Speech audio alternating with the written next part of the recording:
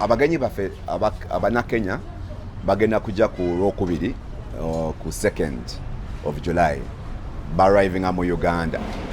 Ku 3rd tulina kye bayita practice run nga bagenda ku golf course nga bemanyiza ki ekisaawe.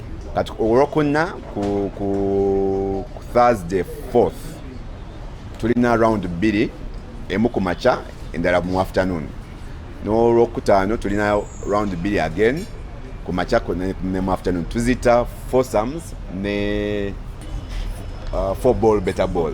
Kuva Kenya tusuubira to about 50 players okuva Kenya nga tugaseemu national team ne ba amateurs abalala.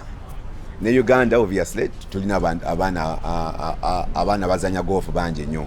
Ne mu kisaawe ku Saturday tu anticipating tujja kubanga tulina 150 players abazanya guno omuzanyo. Edition eno tugenda kwangula kubanga tekibaddeewo nga tubadde tulina 3 editions